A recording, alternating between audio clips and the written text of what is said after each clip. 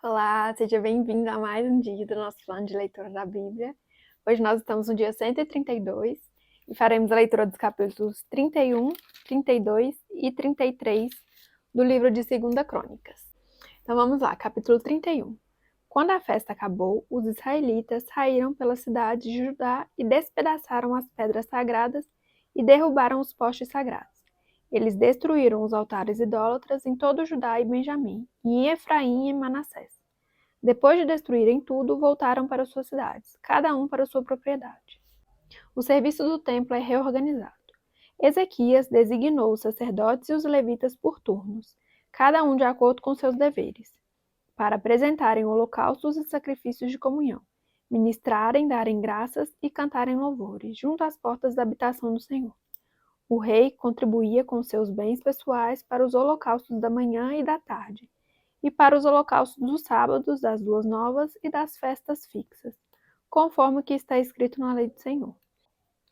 Ele ordenou ao povo de Jerusalém que desse aos sacerdotes e aos levitas a porção que lhes era devido, a fim de que pudessem dedicar-se à lei do Senhor.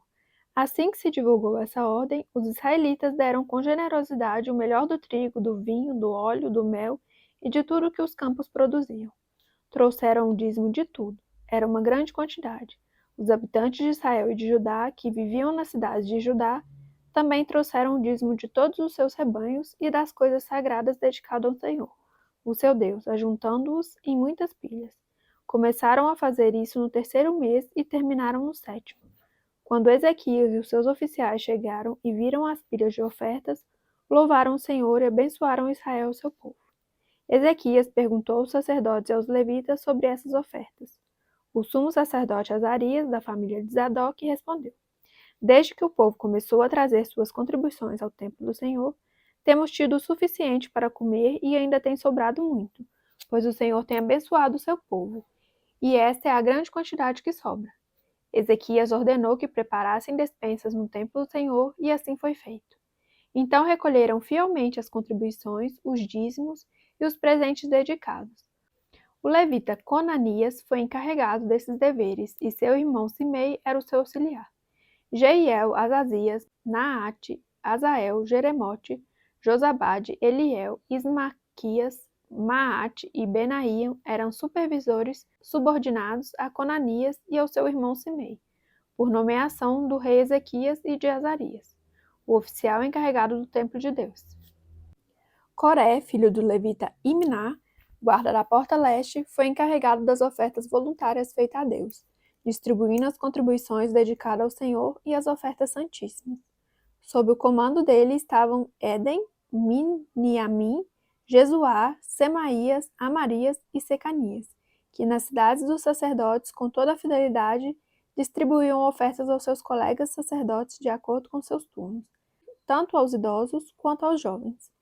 Eles a distribuíam aos homens e aos meninos de 3 anos para cima, cujos nomes estavam nos registros genealógicos, e também a todos os que entravam no templo do Senhor para realizar suas várias tarefas diárias, de acordo com suas responsabilidades e seus turnos. Os registros genealógicos dos sacerdotes eram feitos segundo suas famílias, o dos levitas com mais de 20 anos, de acordo com suas responsabilidades e seus turnos. O registro incluía todos os filhos pequenos, as mulheres e os filhos e as filhas de todo o grupo, pois os sacerdotes e os levitas haviam sido fiéis em se consagrarem.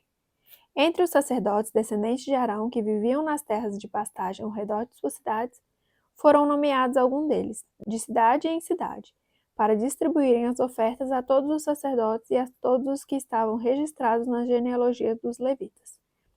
Foi isso que Ezequias fez em todo o reino de Judá. Ele fez o que era bom e certo, e em tudo foi fiel diante do Senhor, do seu Deus. Em tudo que ele empreendeu no serviço do templo de Deus e na obediência à lei e aos mandamentos, ele buscou o seu Deus e trabalhou de todo o coração, e por isso prosperou. Capítulo 32. A ameaça de Senaqueribe contra Judá. Depois de tudo que Ezequias fez com tanta fidelidade, Senaqueribe, rei da Assíria, invadiu Judá e sitiou as cidades fortificadas para conquistá-las.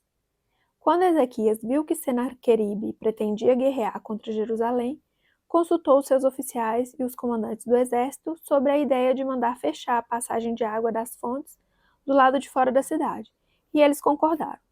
Assim ajuntaram-se muitos homens e fecharam todas as fontes e o riacho que atravessava a região.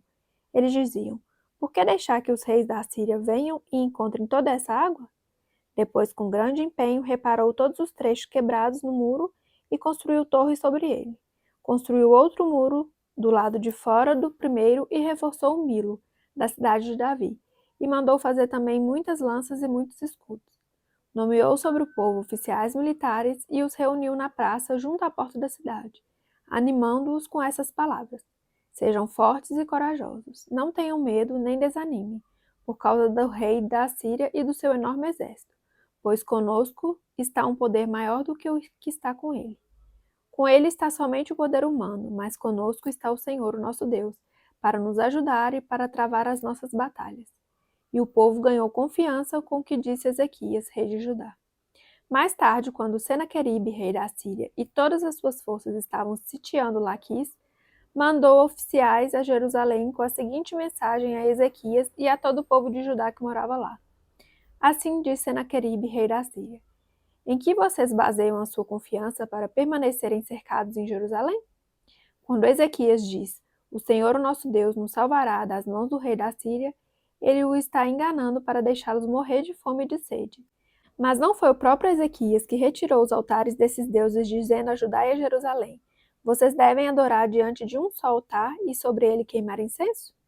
Vocês não sabem o que eu e meus antepassados fizemos a todos os povos das outras terras? Acaso alguma vez os deuses daquelas nações conseguiram livrar das minhas mãos a terra deles? De todos os deuses das nações que os meus antepassados destruíram, qual deles conseguiu salvar o seu povo de mim? Como então o Deus de vocês poderá livrá-los das minhas mãos? Portanto, não deixem Ezequias enganá-los ou iludi-los dessa maneira. Não acreditem nele, pois nenhum Deus de qualquer nação ou reino jamais conseguiu livrar o seu povo das minhas mãos ou das mãos de meus antepassados. Muito menos o Deus de vocês conseguirá livrá-los das minhas mãos. Os oficiais de Senaqueribe desafiaram ainda mais Deus, o Senhor, e seu servo Ezequias. Senaqueribe também escreveu cartas insultando o Senhor, o Deus de Israel, e o desafiando. Assim como os deuses dos povos das outras terras não livraram o povo deles das minhas mãos, também o Deus de Ezequias não livrará o seu povo das minhas mãos. Então os oficiais gritaram na língua dos judeus ao povo de Jerusalém que estava sobre o muro, para assustá-lo e amedrontá-lo com o intuito de conquistarem a cidade. Referiram-se ao Deus de Jerusalém como falavam dos deuses dos outros povos da terra, que não passam de obra das mãos dos homens. Por tudo isso, o rei Ezequias e o profeta Isaías, filho de Amós, clamaram em oração aos céus. E o Senhor enviou um anjo que matou todos os homens de combate e todos os líderes e oficiais no acampamento do rei assírio, de forma que este se retirou envergonhado para sua terra. E certo dia, ao adentrar o templo do seu Deus, alguns dos seus filhos o mataram à espada. Assim o Senhor salvou Ezequias e o povo de Jerusalém das mãos de Senaqueribe, rei da Síria, e das mãos de todos os outros, e cuidou deles em todas as fronteiras. Muitos trouxeram a Jerusalém ofertas para o Senhor e presentes valiosos para Ezequias, rei de Judá. Daquela ocasião em diante, ele foi muito respeitado por todas as nações. O orgulho e a morte de Ezequias. Naquele tempo, Ezequias ficou doente e quase morreu. Ele orou ao Senhor, que lhe respondeu, dando-lhe um sinal milagroso.